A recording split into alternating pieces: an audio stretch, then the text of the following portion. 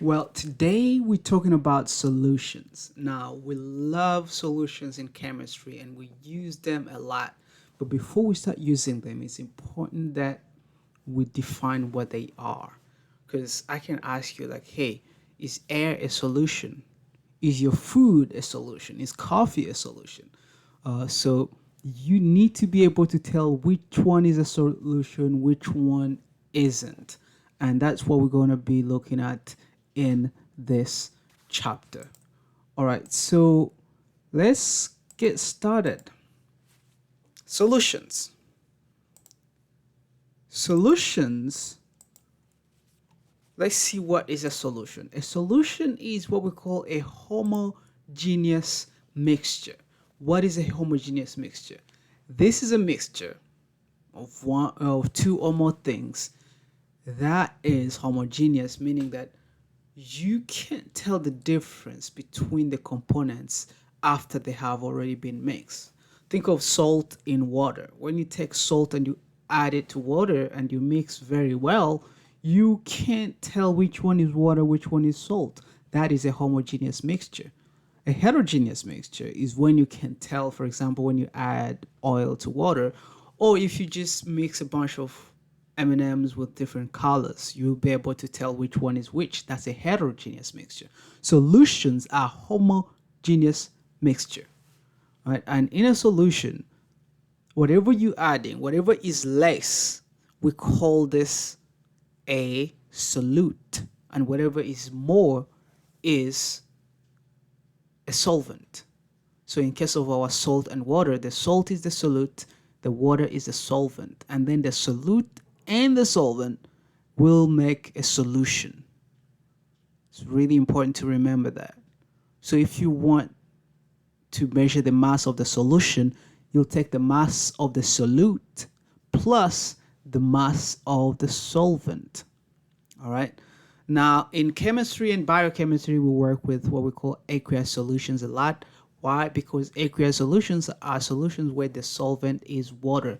The water is the universal solvent. It's a solvent that is used in a lot of reactions in chemistry, in nature, but also inside our body, right? So that's why a lot of solutions are aqueous solutions, but there's a lot of other solutions that are not aqueous, especially in organic chemistry. You have a lot of things that we call organic solvents. So I was telling you that what if I ask you, is air a solution? Well, what is a solution? It's a mixture that is homogeneous. And check this out. Air is a mixture of oxygen, nitrogen, and all the other things that we find in the air. So it's a mixture, it's homogeneous, it's a solution. And check this out. Nitrogen is, I think, over 75% uh, in air, meaning that it's the most thing that you have in the air. That is the solvent. The solute is what you have less. So, for example, oxygen is a solute, and other gases are solutes. So, nitrogen in air is the solvent. Now, sometimes you can even have solid solutions. So, a lot of metals that you see over there are mixtures of different types of metals. So, if you take a metal, you melt it, and then you can't tell which one is which. That's a solution as well. So, important to remember that solutions are not just liquids, but they can be solids and gas as well. All right. For the rest of the chapter, we're going to focus on the liquid solutions, and again, because they are really important in the lab, in nature, and in our body. So a lot of things that we're going to be talking about will be focusing on liquid solutions. So when it comes to liquid solutions, I'm just going to talk about a few things about liquid solutions. They're usually clear, transparent, with no visible particles because everything is dissolved. And they can have color. A lot of them are clear with no color, but they can have color. Electrolytes is really, really important. Remember when we were talking about ionic compounds? What are ionic compounds? Compounds that have a metal and a non-metal or a polyatomic ion. So it's compounds that when dissolved in water, they give you ions. That's why they're called ionics. So, for example, here you have NaCl dissolves in water to give us Na plus and Cl minus. These are ions. And what are ions? Remember that these are atoms that have either lost or gained electrons. And this is why we call these electrolytes.